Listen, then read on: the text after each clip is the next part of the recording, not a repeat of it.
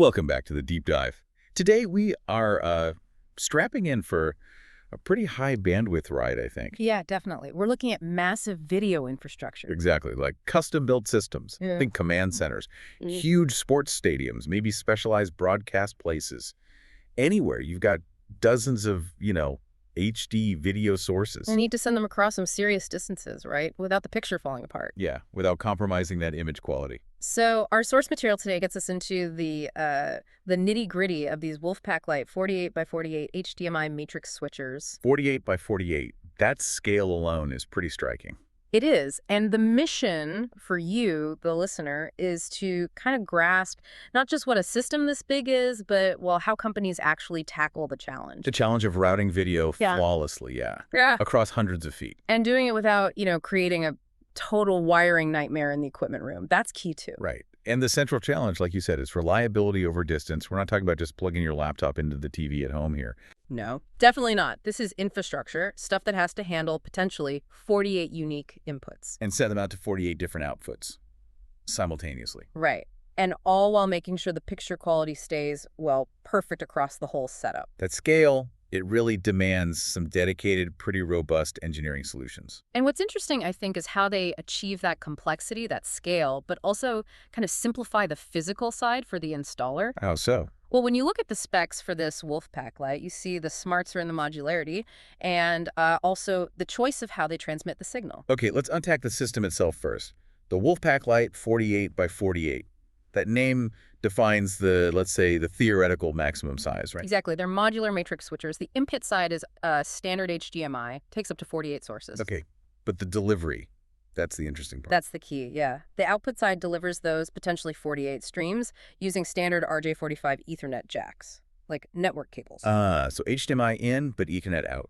That's the critical distinction. And the modularity is, well, it's paramount. This isn't some fixed giant box you have to buy and just hope you eventually need all of it. Right.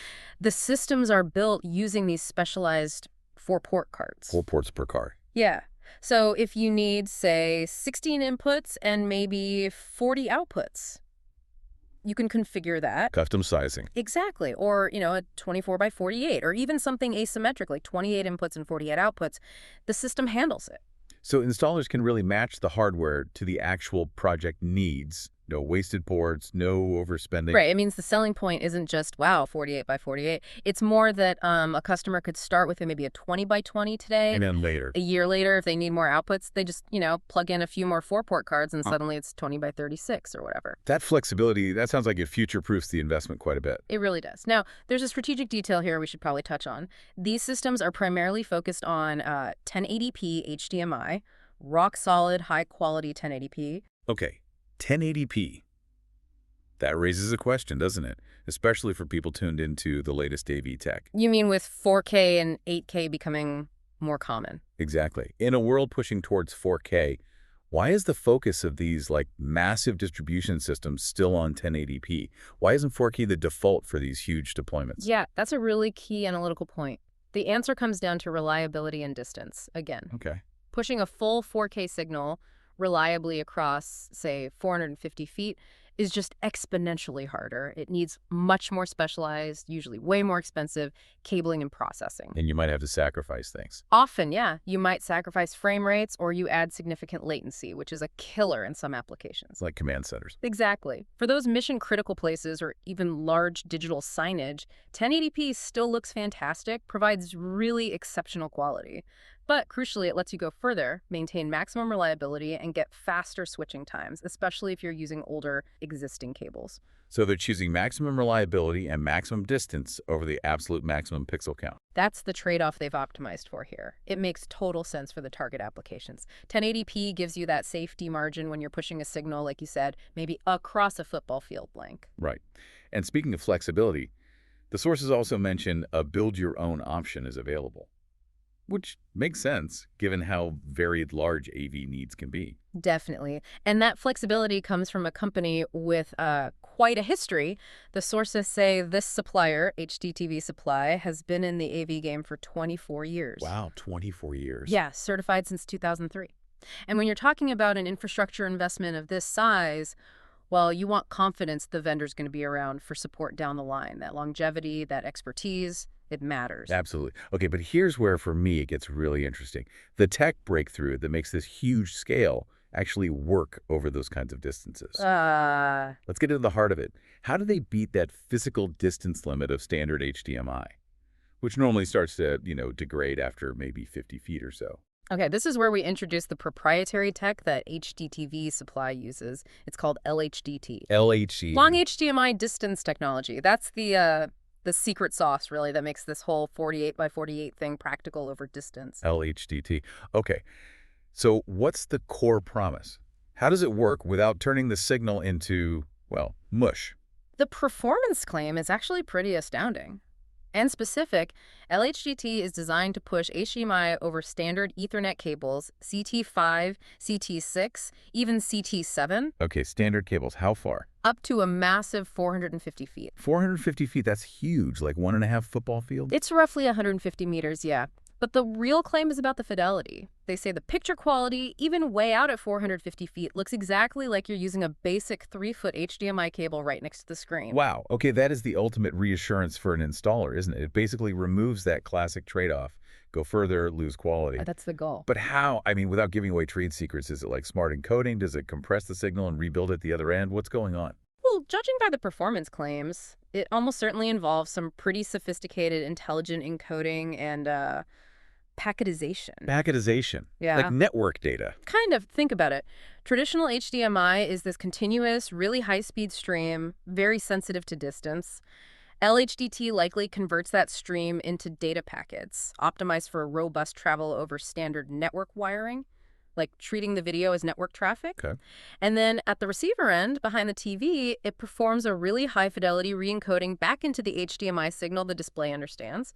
That process is likely how they maintain that visual integrity over such long runs. And the fact that it works with older CT5E cables, that's got to be a massive plus for retrofits. Oh, huge cost saver. You don't have to worry about subtle signal loss over that long run with maybe slightly older cable, and you save potentially enormous amounts of time and money. No need to rip out existing infrastructure just to pull new, take C6, or even more expensive fiber. It's all about making the installation easier, more efficient. Exactly. And speaking of efficiency, there's the second major tech piece in the system, PoE, Power over Ethernet. Right, PoE. We keep mentioning it simplifies things. It definitely does at the display end. No power bricks cluttering things up. Yeah, the system sends the needed voltage right through the RJ45 cable itself. That powers the little HDMI receiver box behind each TV or display. But wait, needing to deliver power, potentially high power, for 48 outputs. That must put a pretty hefty load on the main matrix unit in the rack, right? Ah, that's the trade-off. You're absolutely right. What does that mean for the equipment room? Cooling? Electrical capacity? It means that centralizing the power load does demand more from the rack itself. While PoE dramatically simplifies the endpoint, the WolfPack light chassis itself needs to be built tough.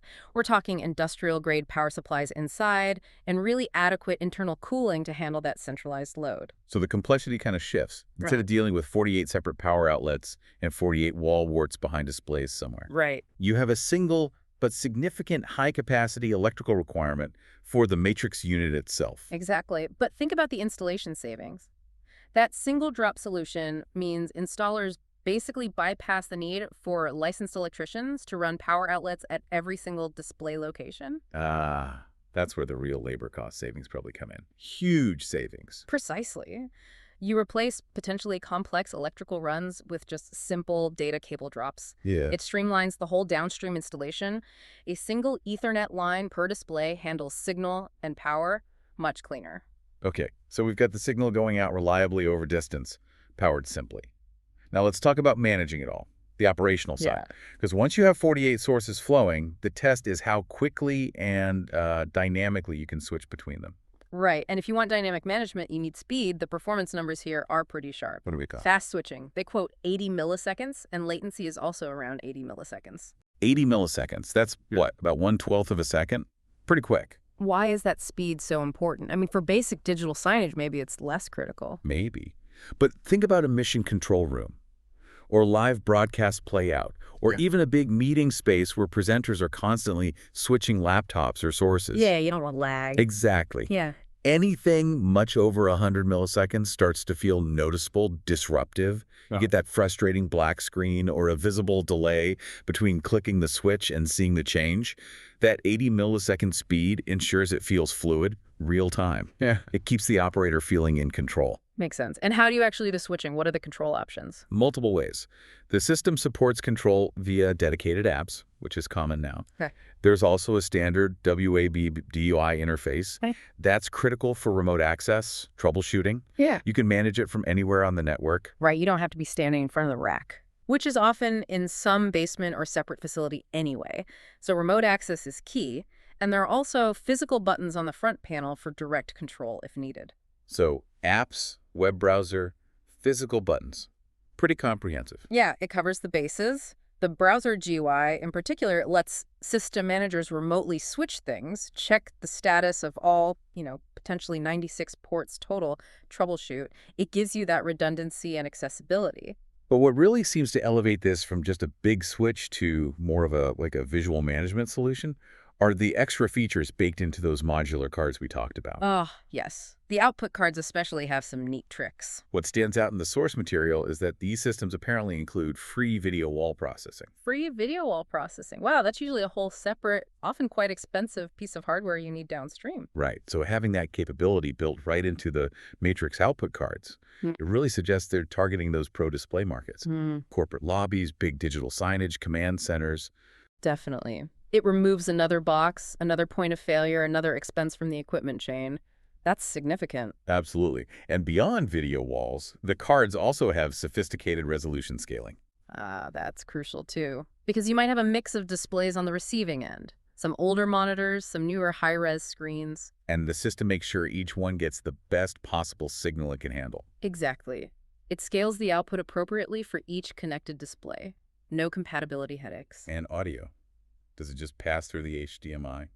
It can, but crucially, the cards also provide separate audio output, independent audio routing. Meaning You can, say, strip the embedded audio out from the HDMI signal and send it to a completely different place, like a central PA system or a dedicated audio mixer. while the video keeps going to the screens.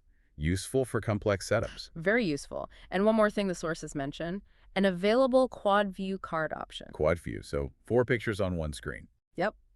You could potentially take 4 different input sources and display them all simultaneously on a single output screen, like picture-in-picture times 4. Okay, so combine all that: video walls, scaling, separate audio, quad view. This really is built for dynamic visual management, not just simple distribution. Totally. If you're managing 48 sources and 48 displays, you probably need sophisticated tools to manipulate what's showing where, when, and how. This system seems designed to provide those tools right in the core unit. Right. So let's talk investment. What does all this capability cost? We should ground these specs in some real-world pricing because our sources actually give us some concrete examples. Yeah, this is definitely specialized hardware, and the cost reflects that.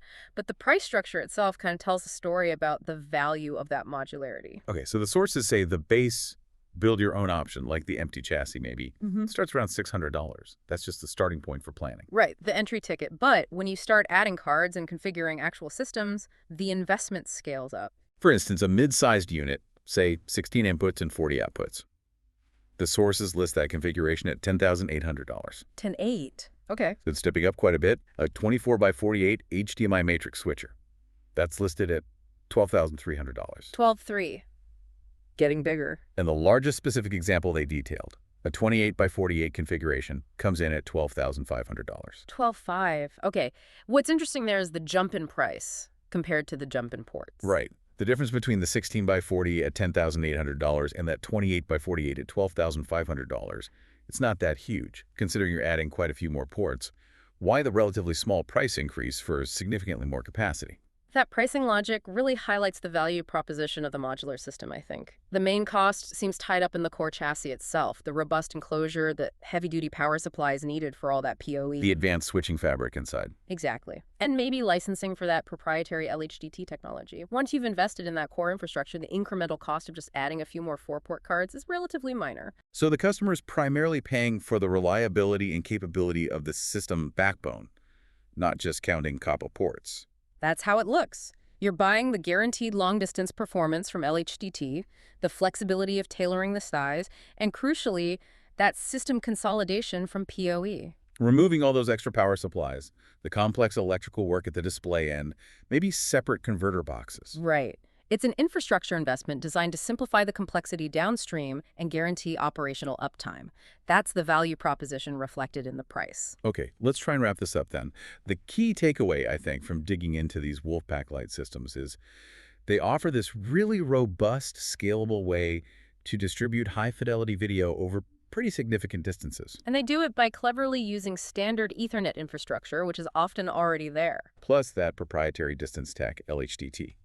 And making that strategic choice to optimize for 1080p reliability over pushing for 4K at those extreme distances. Yeah, those specialized technologies, especially LHDT, are absolutely critical. Without that ability to reliably bridge the gap between HDMI quality and, 450 feet. Scaling these systems just wouldn't be practical. Not reliably, and certainly not with the installation simplicity you get from using PoE and standard RJ45 wiring. It really feels like the whole solution revolves around solving that physics problem, long-distance, high-quality video, and then integrating that solution with real-world savings on electricity and labor. Well put. Which leads us to maybe a final thought for you, the listener, to chew on after this deep dive. Given that claim, that strong claim, that LHDT makes a 450-foot Ethernet run look visually identical to a 3-foot HDMI cable, how much is that guaranteed perceived zero signal loss actually worth? Especially when you're engineering a large-scale AV system where uptime and absolutely pristine picture quality are just non-negotiable. Yeah. Think about the strategic value of completely removing that distance versus fidelity trade-off from the equation. What's that peace of mind worth? Something to ponder, definitely, maybe as you look at your next big AV project or infrastructure upgrade. Okay, that's it for this deep dive. We'll catch you next time.